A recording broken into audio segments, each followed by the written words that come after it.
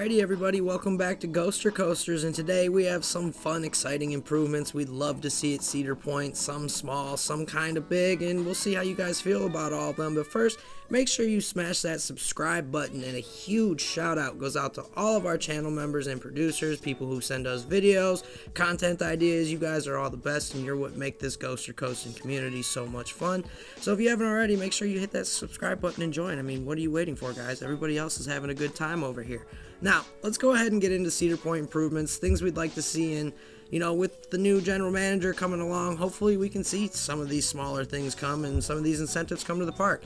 Let us know what you guys think down below afterwards, and let's go ahead and get into this. We're going to start off first with the Blue Streak entrance. We're trying to reroute this, and of course we want to retrack this as well. Relocating the Blue Streak entrance near the Valraven shop and creating a bridge over the turnaround, kind of similar to the setup of the racer at Kings Island, would give this classic coaster renewed visibility and prominence on the Midway near Valraven. Kind of moving that entrance at the corner location, it would make it more accessible and inviting for guests who may currently just miss it altogether. I mean, when you think about it, it's all the way down there in that corner by Raptor. People walk like right by it as they're turning right to go towards Valraven. They don't even see the entrance. They see people getting off, and that's really about it. Updating the ride with like a historic Blue Streak sign with a full retrack would also help modernize it, adding that comfort and smoothing out the experience without losing all of the charm. I think that would really help do wonders for that ride in general, because it's just kind of in a little weird kitty corner of the park, and the entrance is all the way down there. You could just reroute the entrance over there by Valraven shop and kind of redo the queue in there. It's not that difficult. It would still run the same way, same direction, all that stuff. And hey guys, crazy idea, but why don't we just flip a train around backwards like Kings Island Racer used to? I'm just kidding, but that'd be awesome, wouldn't it? So another thing we'd like to see is maybe reworking the fast lane queue for Steel Vengeance. It would streamline the guest experience and improve access for fast lane pass holders who currently encounter one of the park's longest lines at this popular attraction, with the merging point being before the security point, and this area usually backs up quite a bit. This new queue could incorporate theming elements inspired by the ride's storyline, creating a more immersive Wild West experience before guests board.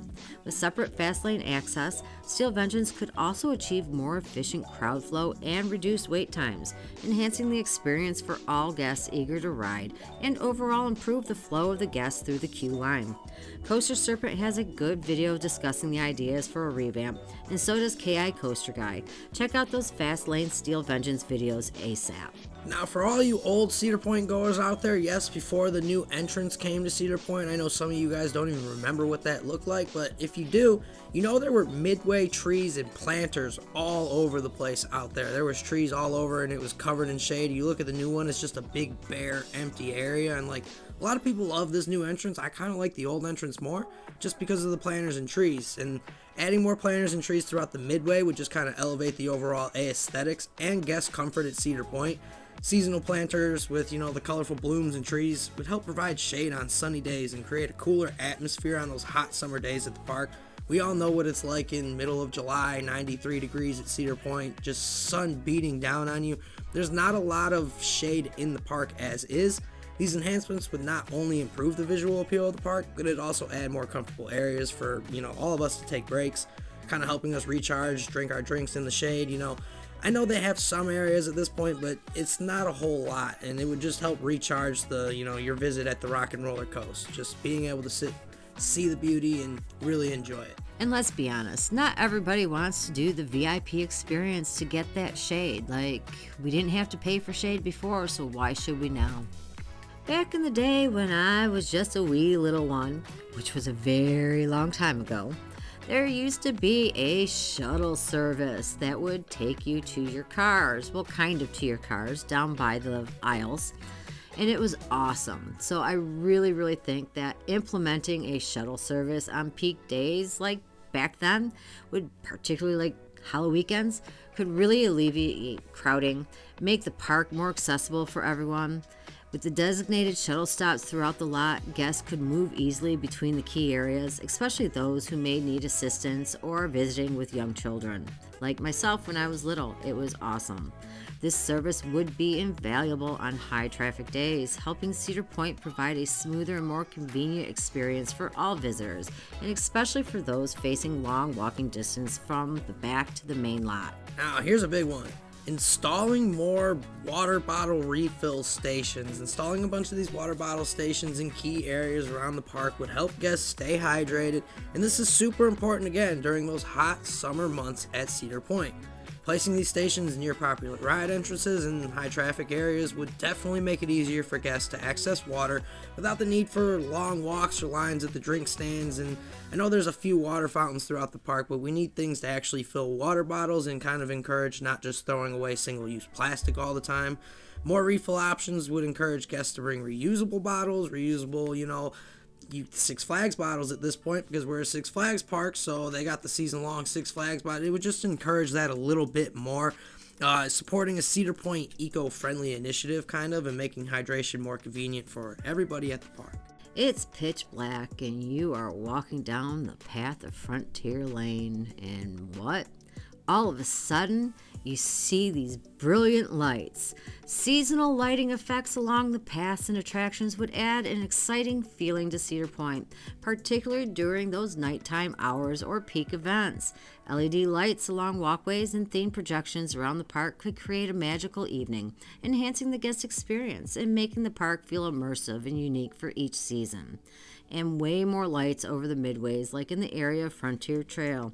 Light it up. Make it feel like a Wild West wonder at night, with lights in the trees and over the walkways, similar to the tunnel under Millennium Force. Does anybody remember when Millennium Force literally had like a DJ in the line? So while you were waiting, there was a guy just playing jams for everybody to listen to mid-2000s. Like, adding pre-show entertainment in the queues for major attractions would just enhance the waiting experience for guests. Pre-shows could include, trivia about rides history. We see some of those, fun facts, engaging video content, but we don't see a lot of these boards, and it's really too loud in there for anything, so you kind of need more of a directed guide, like a bigger screen in there. Maybe, think of when you're at an arena and you see the big billboard over the arena, like the courts and stuff. Like, that's the type of stuff I'm thinking here, something so everybody can get involved in this.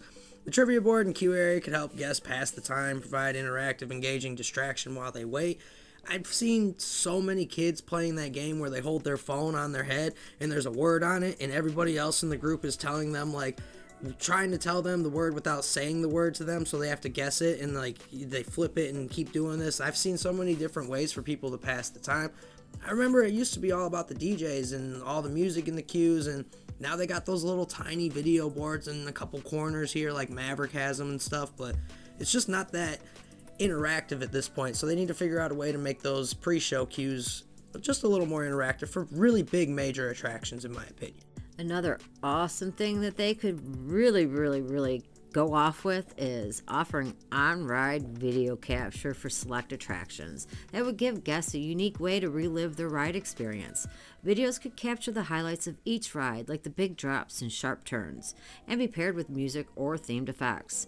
This video souvenir option would be especially memorable for fans, similar to the favorite experience of Jared's from 2007 Halloweekends ride on Raptor with his buddy that we had run into just randomly.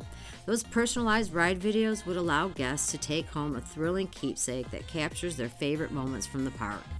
And remember when we were trying to incentivize reusable bottles and less single-use plastics and stuff? Well, why don't we incentivize recycling programs with like your season pass that could encourage guests to participate in Cedar Point eco-friendly efforts?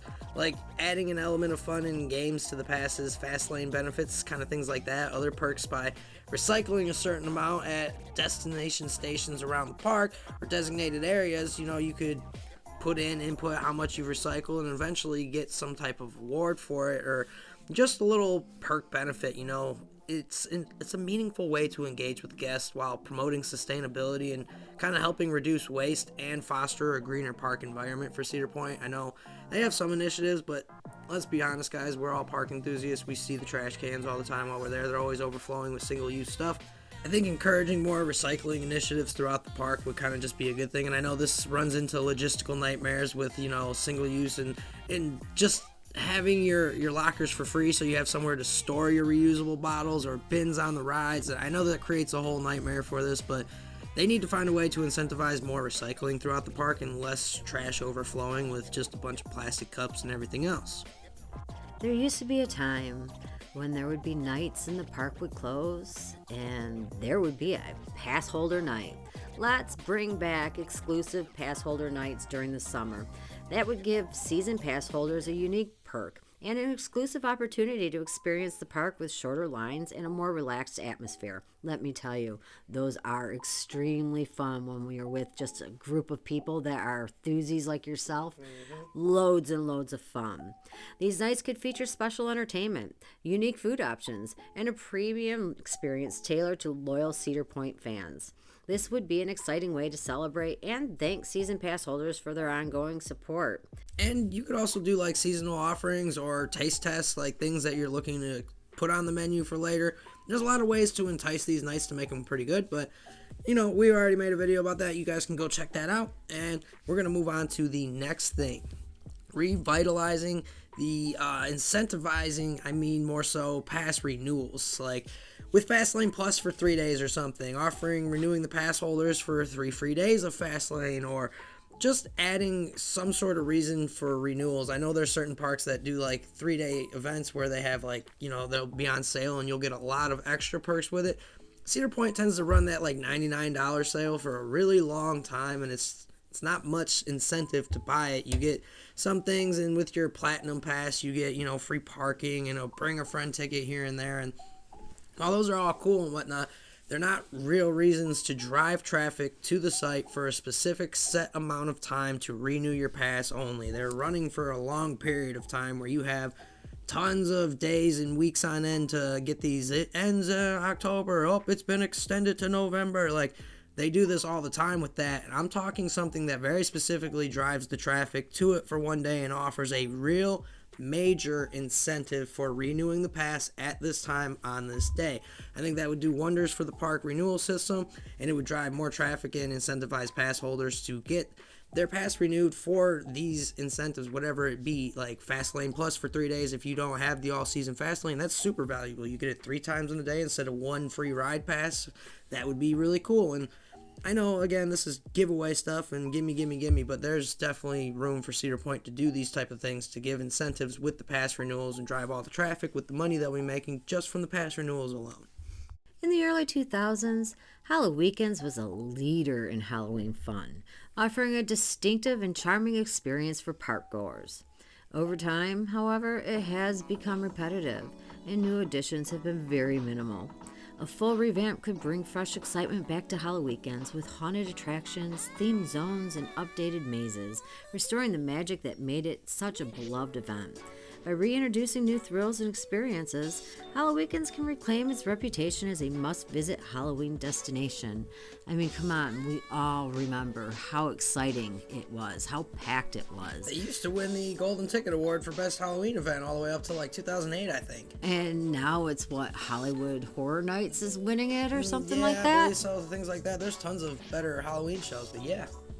And the final one, because we know it's doable because of that whole solar eclipse last year, opening Cedar Point earlier in April with a limited selection of rides and attractions like, say, the front of the park, Valraven, Raptor, Blue Streak, Wild Mouse, Gatekeeper, and, Max Air. That would give local guests a chance to enjoy the park sooner, and by focusing on the front half of the park, Cedar Point could reduce staffing needs while giving visitors an early taste of the season and getting their employees ready to go for the season. This earlier start would benefit everybody and increase the park's revenue before the peak summer season even began, while kind of training people and getting them in the swing of the operational season at the park. First off, let us know some of the changes you guys would love to see come to Cedar Point. Go off down in the comments below, see all the different things you guys would love to see. Let us know about our changes and what you liked about those as well. And of course, if you haven't already, smash that subscribe button and join the spooky community today. What are you waiting for, guys? It's a ton of fun over here. We got a lot of cool documentaries or mini documentaries coming here. I know we're working on some Geauga Lake, Ghost Town in the Sky, Pablo Island's in the works. Maybe we'll work on Kentucky Kingdom here. I don't know. There's a couple of things. Jazzland has some fun stuff coming up.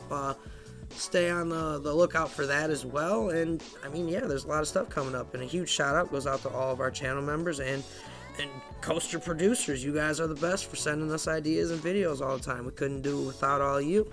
As always, thank you for being a part of our spooky community and for Coaster Ghostin' with Ghoster Coasters.